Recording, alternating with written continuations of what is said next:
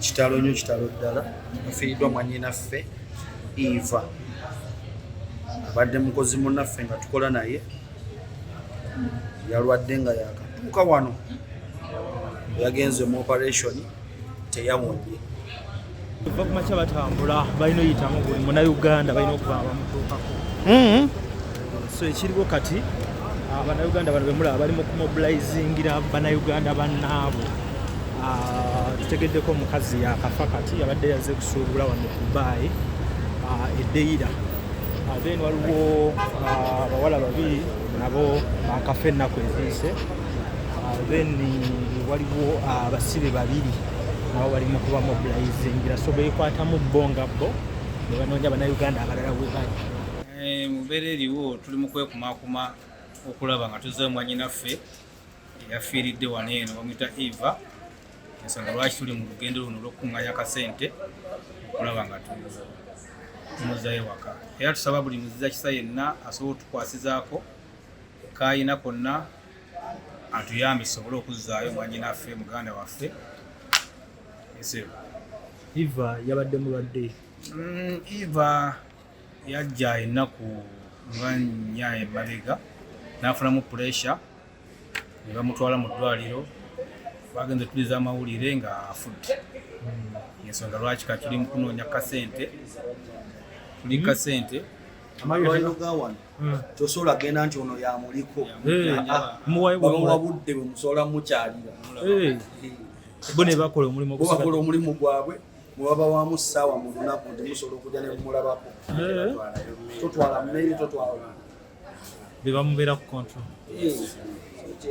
naye nga tutundikira twebaza buli muntu yenna gwe tusobodde okutuuseeko n'abaako kyatuwa n'akatwekamanya tweyanze era omutima ogwo bannaye tegukoma wano wonna wonna munno wabakukiddeko nga munnayuganda munno alina obwetaavu okusaba bambi act accordingly kubanga leero ggwe ekyanze nebwotaba ggwe n'omuganda wo oba omukono ogugaba yafudde tegedde leero nti ndikojjaawe bakukubira nti wafiiridde bavungedde sente nentaddemu amaanyi onyaka sente nzizeeyo omubiri gw'omwana wa ssenga wange ewaka awumule mirembe naye nga buli omu kyatuwadde yeebale nnyo yeebalire ddala mukama muwe kyasinga okwagala si byangu nnyo si byangu okuŋŋaanya sente omuntu n'afiire n'omuzza e Kampala si byangu nga ye mukiwulira bizibu kuba abantu tebalina ssente ate babeetaagisa ssente naye buli omu yeebale kyakoze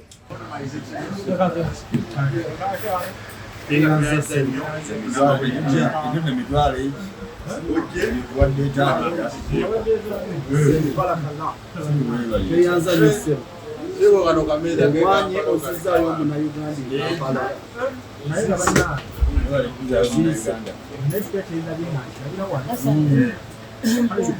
ndongo tweyanziza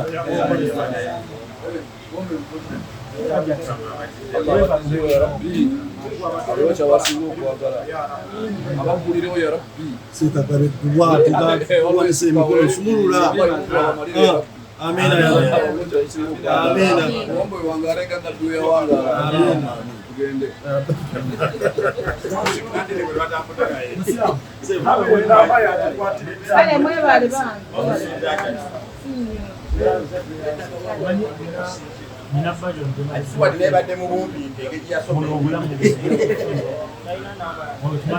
ekyewunyisa mu interview gye twakola esomero nakyogeramu akiga era nti empombo kibukulizo nga waliwo obuzibu n'obuli mu bannayuganda tebadukira okubeera nawafuna kuwagaganira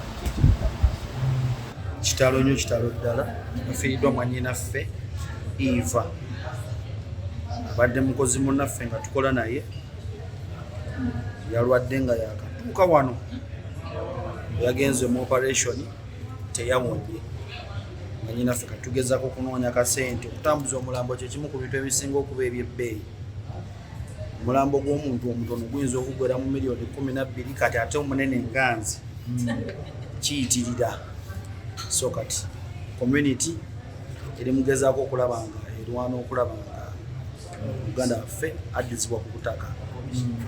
So kyekyo ogende ku community oba olaba nti sente zeetagisibwa ne community y'abantu boolina okugendamu olaba nga munaatuukiriza ekyo kyemwetaaga. tulina essuubi nti ne bwe ziba tezimaze era tujja kubaddamu. Wakati teams nnyingi eziri mu kusolooza batambula nabo ku Nyonyi ababadde bamuwa emigugo tweyanza mu kwanga.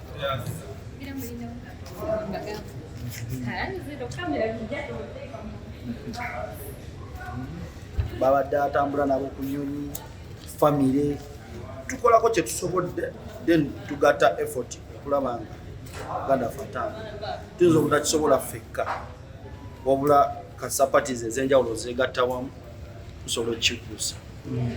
Waliwo n'embeera omuntu abadde tamanyi nti weetu weebeera kati katugeze nga tebitambudde nga mbisuubira kiba kitya? Tulwawo buli kuweza n'alwawo wano naye lazima ziba zijja kuwera addeyo eka. Ekyo buli aba afiiriddwa omuyitaani abantu bwe boolina be bakuyamba oba toyina muntu mbeere beetabuse kati olaba batuwa 5 10 naye boozigattagatta zikola impact. Twatandikidde twatandise tulina naye kati fazaali kale katugende kati tugenda kuma olumbe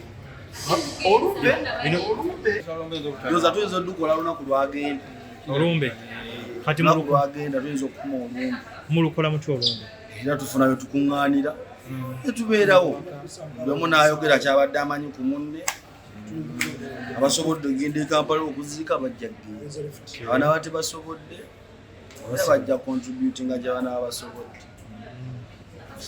tuwulyeko ku bimu ebirala ebizibu ebifaanako nga kino kyemuguddeko leero. Ebizibu bingi bitusinkana ng'era abali Uganda tufiirwa bannaffe babasiba balwala omuntu n'alwala nga amalwaliro ga wano ge gamu ku malwaliro gasinga okuba ag'ebbeeyi.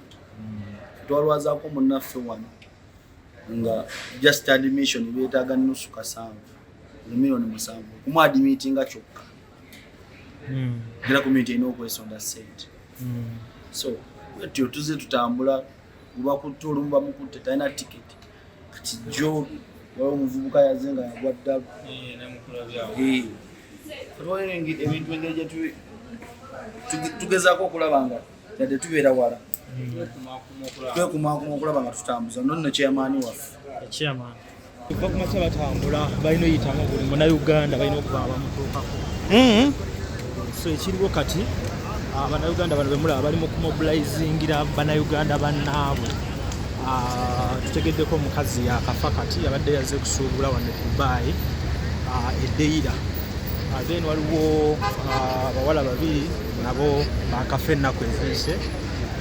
Then waliwo abasibe 2 nabo bali mu kuba mobilizingira so beekwatamu bo nga bo ne banoonya bannayuganda abalala we bali. So mune tubeegaseeko engeri gye twesanze nga tuli eno okulaba nga yenaffe twenyiga ku cause.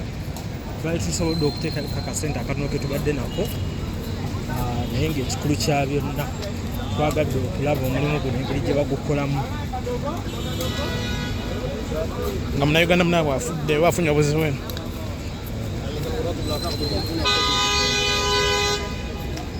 Bagenda kuba batubuulira olumbe kibeera kitya. Bagenda kuba batubuulira omuntu ng'afudde process ebireeta ey'okumuzza ewaka gwe batasobodde kufuna buyambi kibeera kitya. Omulambo gusigala ne baguziika wano oba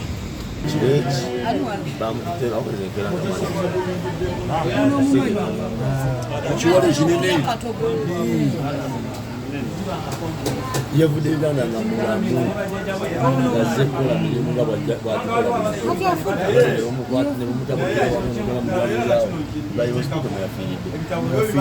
so byebyo omulala naye muwala bamutaani naye yalwala yafa kamugoza yasooka n'okuterayo ekifaananyi nga tetumanyi